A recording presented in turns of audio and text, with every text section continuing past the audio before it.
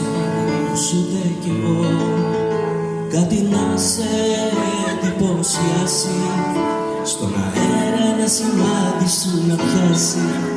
Ψάχνω κάτι καινούριο να πω, να μην το ξανακούσει ούτε κι εγώ.